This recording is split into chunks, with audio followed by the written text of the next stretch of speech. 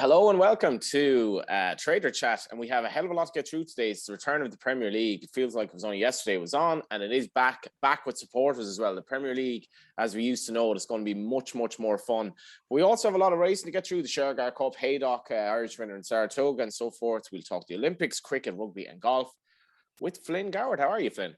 I'm all good, thank you. Like you just said, an absolute plethora of sports to get through today.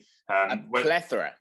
Yeah, an absolute plethora of sports. So when we spoke last week, I was saying it's that weird in-between stage when for the Premier League to start. We had obviously Shergar Cup of the weekend, but that's not a huge meeting in terms of group class quality. So we just want that real quality sport to start again. I know we've obviously just had the Olympics, but the Premier League coming back, that's probably the place to start. Something of a bombshell here. Liverpool and Chelsea given the same handicap in the 10-point scratch off Man City. The same expectancy for Liverpool and Chelsea this season, which is the first time in a long time. Yeah, exactly. And our head football trader as well is a big Liverpool fan. So he's kind of had to swallow his pride this year and put Liverpool in off the same as Chelsea. So these season handicap markets, we do have lots of unique specials on site, but the handicaps market seems to be hugely popular. We've seen loads of bets on these already. We've got a points handicap and we've got a goals handicap. We did actually do one of these for the Championship as well, but obviously that's come down now due to the start of the Championship. But in terms of the Premiership, so the points handicap, we've obviously got Man City off scratch. The field is 14-1 here. There is a team that have shortened, which I'll go on to in a minute, and then a team that's lengthened as well, but mainly 14-1. City are 14-1 off scratch, Chelsea plus 10-14, Liverpool plus 10, Man United plus 12, Leicester plus 25, same as Spurs plus 25, and then Arsenal plus 25 as well. And then it's plus 34 points bar. The team that we've seen the money for in this handicap market, Johnny, has been Leeds. Leeds plus 36.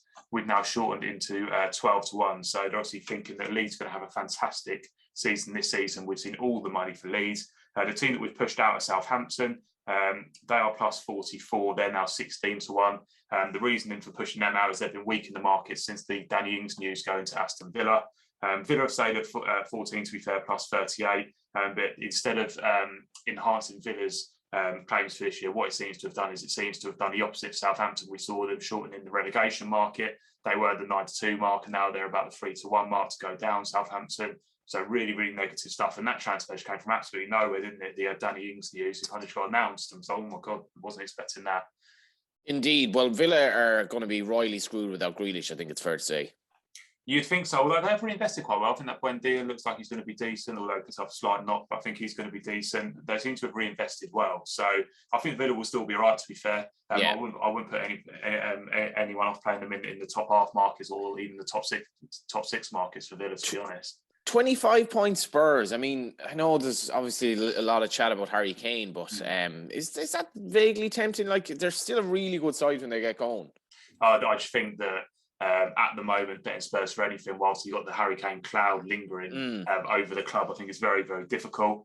Just moving on to some of the other specials, whilst we're on the topic of Spurs, we do have points match bets and goals match bets. If you just scroll a little bit further down, this is all under the outright section of the football page. We do have points match bets, and we've got Arsenal versus Spurs there. We've actually laid Arsenal. We were 10-11 pick 'em. We're now 5-6 Arsenal, even money Spurs.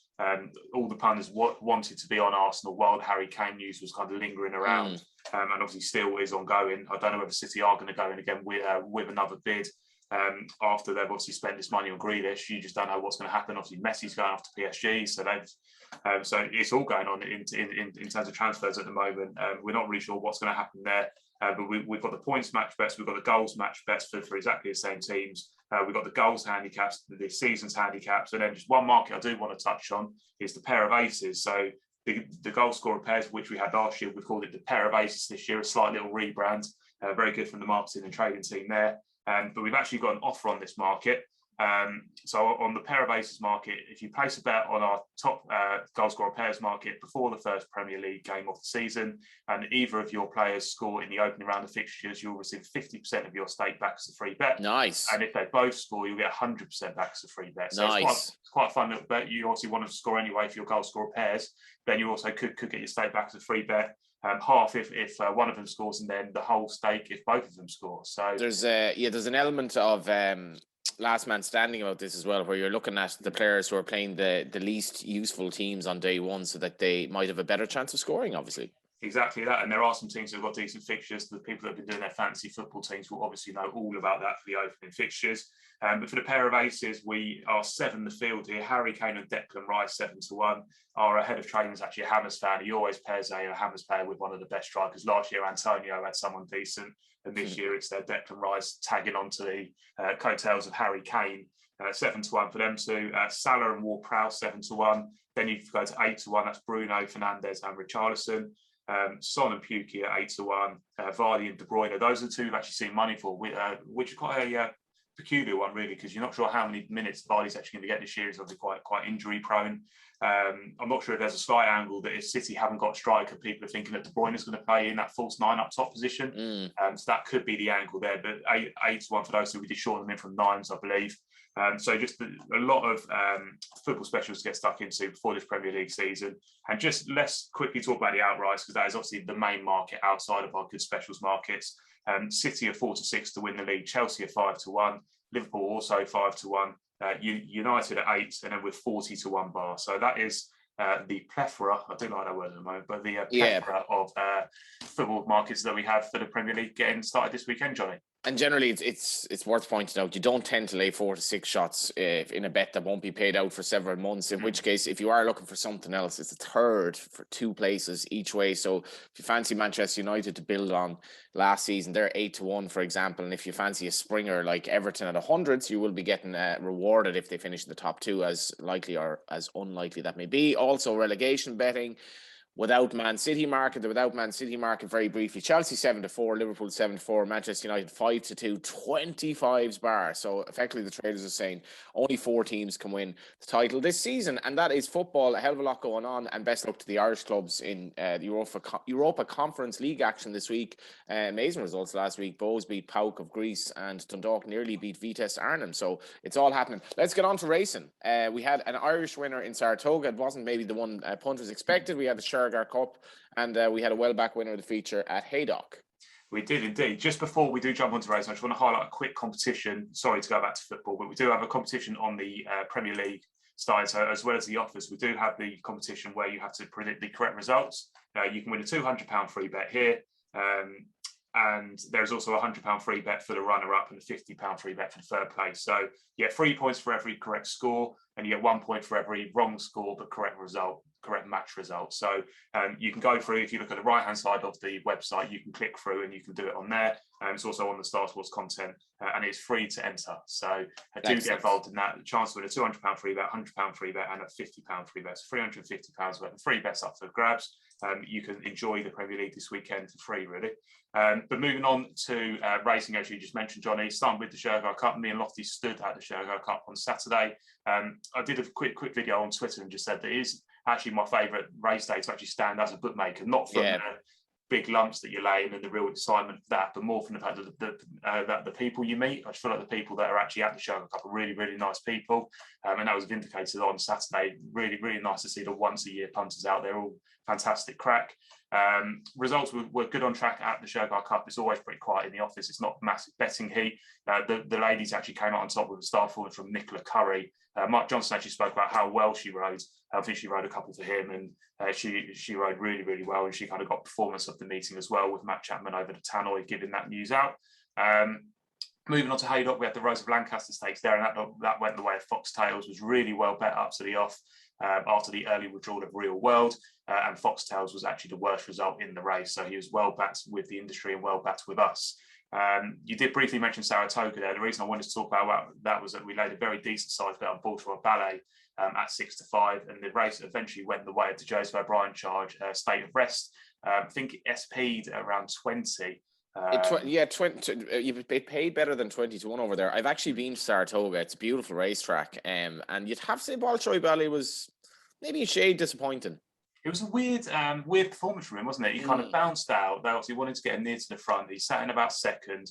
Didn't look entirely happy down the back, and then came back on the bridle coming into the home turn, and then just got completely swallowed up. It was a really peculiar run, but I mean, we weren't complaining about that. The firm were very happy with it, and we didn't see much money to State of Rest either.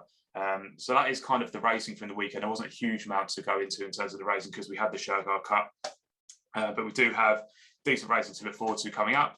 And I guess we just want to round up the other sports now because we've got loads of other sports to get through, and we probably start with the Olympics. Team GB ended up fourth in the medals table. We laid over 40.5 medals and then ended up being 65. So wow. The traders did get that one wrong. The punters did get that one right. We also laid over 14.5 GB golds and it ended up being 22. So real good performance from GB in comparison to how we expected them to do anyway. On the back of the Olympics, we've actually seen some drastic movements in the sports personality of the year market. Again, quite a big betting medium. We see bets for this, obviously angles of when sportsmen or women do well throughout the year, they're the short for sports personality of the year. Jason Kenny is now into 9-4 favourite from 66-1. Absolutely huge move for Jason Kenny. That was after winning the Keyrin. He was probably about 66-1 to win the Keyrin, to be honest. I mean, he was not expected to do it at all. We caught him sleeping when he won that in the cycling. He's now 9-4 from 66. Tom Daly would be 5-2, so he is second in after winning his gold medal. Adam Peaty 15-2, and then Laura Kenny is 9-1. So sports personality of the year is absolutely dominated by the Olympians. You'd just be a little bit afraid of recency bias there, that something might happen, in the remainder of the year or whatever. But hell of a performance by Team GB. Yeah, exactly. And that is just completely reflected in the sports personality of the year market. Normally you have your Anthony Joshua's, your Lewis Hamiltons just up there. They're kind of stalwarts because they're performing every year. But I think that because the Olympics comes around obviously every 4 years and 5 years in this case, that those guys aren't in amongst the runners most of the time. So that's why they're dominating it this year. They'll be interesting to see who does take that prize towards the end of the year. But that was the main bits in terms of the Olympics. I did really enjoy it, to be fair. I really enjoyed watching it every morning. We did fantastically well in the horse riding, in the equestrian and the team events. We just seemed to do well across the board, didn't we? So it was a really, really good event to watch the Olympics this year. Really enjoyed it. Moving on to cricket, we also have the 100 ongoing, so do check out the 100 markers. We've got loads of those markers on site when the games are coming around. But the main focus last week was on England versus India in the Test match. We laid India at 11-4 pre-match. It was all about whether they were going to play on the final day. We were kind of doing our rain dances in the office for the draw, and luckily they didn't get out to play on the last day, so it did end in a draw. Going into the final day, India was 226 and the draw was 224, so it was really picking between which result it was going to go. England were 8.6 incidentally, but the result being a draw was a fantastic result for us, meaning that the 11-4 India didn't cop. We also had rugby at the weekend. I'm not sure if you caught any of the rugby, Johnny. I did not. I did not. I caught. I know my friend was investing heavily in the lines, as it turns out, but no, I did not see it. So how did it go on the betting? I think it was like a handicap of 3 or something, was it? It was indeed. It was very, very, very tight. So the Lions faced off against South Africa in their final match. We needed South Africa beat, unfortunately, so we needed the Lions to do the job. We thought that we might get the money when it was 16-all with just a few minutes to go, and then South Africa went 3 points up, and I still thought that we could get the money because the Lions had the ball, and it looked like they were going to potentially get a penalty where they could have kicked, and then it could have ended up as 19-all. But the penalty went the South Africans' way, which meant that we did our money there. So a really tough result in the rugby, and to be honest, that kind of offset the result from the cricket for the weekend. So in terms of sports, very, very even. Really happy with how the Olympics went, and we kind of had loads of markets after the Olympics. So hopefully the punters got stuck into there. We've got loads of football markets to be getting stuck into for this Premier League weekend starting. Competitions, offers, and we've also got racing to look forward to. So we've got loads going on at the moment, Johnny. So before we wrap up, how are your own team Arsenal going to get on this season, and who wins the league? You know what? I've got absolutely no idea how Arsenal are going to get on. We've been pretty dire for the in the pre-season games, haven't we? So I think it all depends on whether we kind of pick another attacking player up. We're really struggling to score goals. If we pick up James Maddison, I'd be pretty hopeful. I think Ben White looks a very decent signing, but I still think that we've got a lot of deadwood at the club. I think us and Spurs have both been struggled this year.